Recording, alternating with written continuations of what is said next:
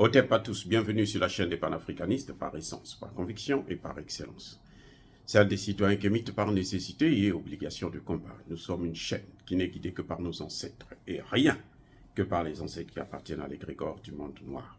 Par conséquent, nous ne croyons en aucun Dieu venu de l'étranger. Toutefois, cette vidéo n'est aucunement destinée à inciter à la haine ou à la violence, car nous menons un combat qui est d'abord et avant tout spirituel, intellectuel et démocratique.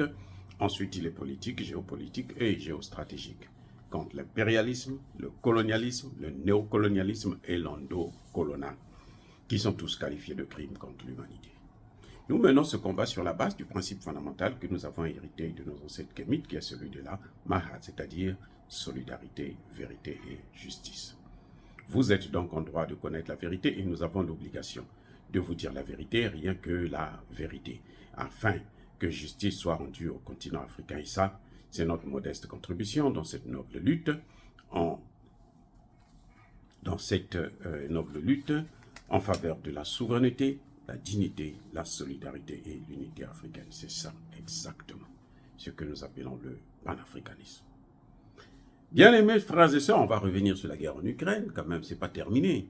Cette semaine qui vient de s'écouler entre les deux fêtes, la Noël et la fin d'année, eh ben, il y a eu la situation s'est vraiment s'est aggravée, en quelque sorte. L'Ukraine a détruit une partie d'un navire russe. L'Ukraine a attaqué, a bombardé des cités dans la ville de Belgorod et la Russie n'a pas attendu pour riposter. Donc, la Russie, dans la nuit du jeudi à vendredi, a envoyé plus de 150 missiles.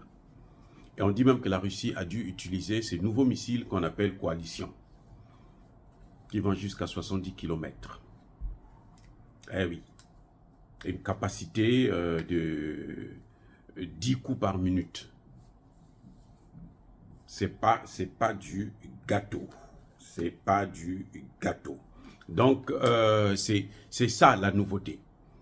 Et Zelensky dit que sur les presque 150 ou 160 missiles, ils ont attrapé, arrêté, stoppé 114.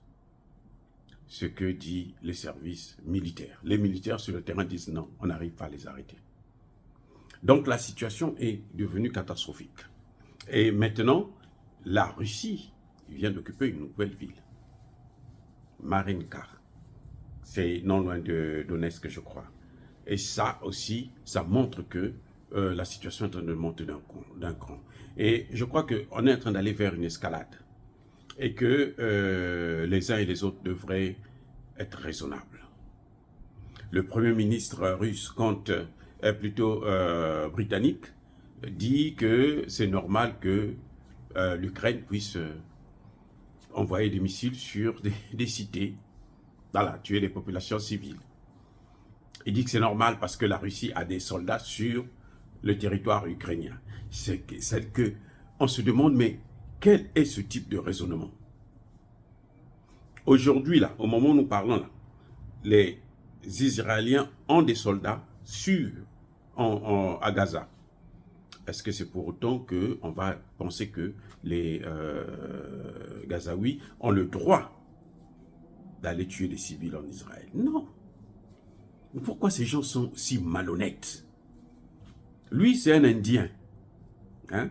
Enfin, il est d'origine indienne. Voilà. Donc, ils peuvent penser comme il veut, faire tout ce qu'il veut. C'est un Indien. C'est clair.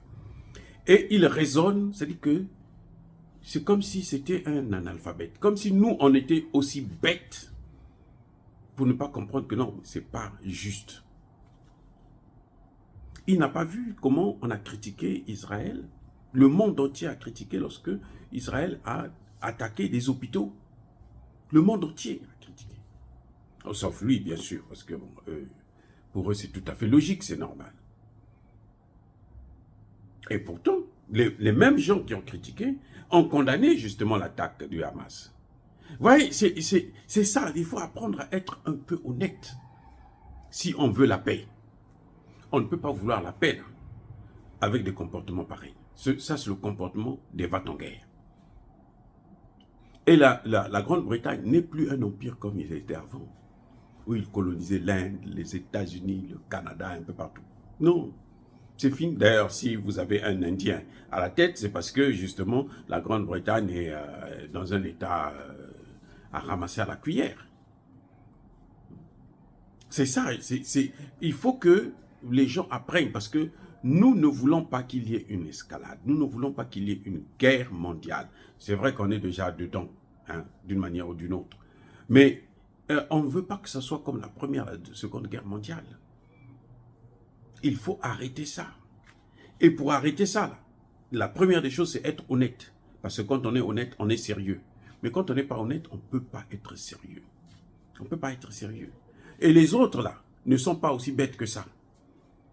Et les autres, là, ils ont des armes. La Russie est aujourd'hui probablement la première puissance militaire au monde, puisqu'elle est en train de faire face à l'OTAN. Donc, ce n'est pas la Grande-Bretagne qui peut influencer la Russie. Aujourd'hui, la Grande-Bretagne n'est rien devant la Russie. C'est malhonnête. Et ceux qui sont en train de payer le prix, ce sont les Russes.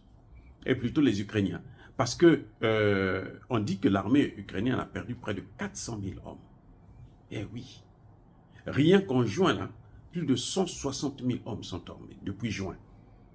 Donc en 6 mois, ils ont perdu 160 000 hommes. Mais il faut arrêter cette hémorragie. Il faut arrêter cette hémorragie. Il faut demander à Zelensky d'arrêter ce cinéma, de vouloir tuer le maximum jusqu'au dernier Ukrainien avant de comprendre qu'il faut négocier. Et la paix se termine toujours par la table devant ou sur une table de négociation. C'est aussi simple que ça. Bref, en tout cas, la Russie est en train d'utiliser d'autres moyens qui sont plus sophistiqués et plus compliqués même à attraper, à arrêter par des radars. Et ça, c'est la nouveauté dans cette guerre en Ukraine. Et je crois que les uns et les autres devraient comprendre que le temps est arrivé pour que on puisse maintenant commencer à regarder les choses avec beaucoup plus d'objectivité et surtout le sens de sauver les vies humaines. Dire cela, c'est inciter à la haine ou à la violence. Non. Yaba, colère, veille, mais encore une fois de plus, bien aimés frères et sœurs, je persiste et je signe. Soyez bénis. Soyez abondamment bénis par le Dieu des Kémites et par nos ancêtres angélisés.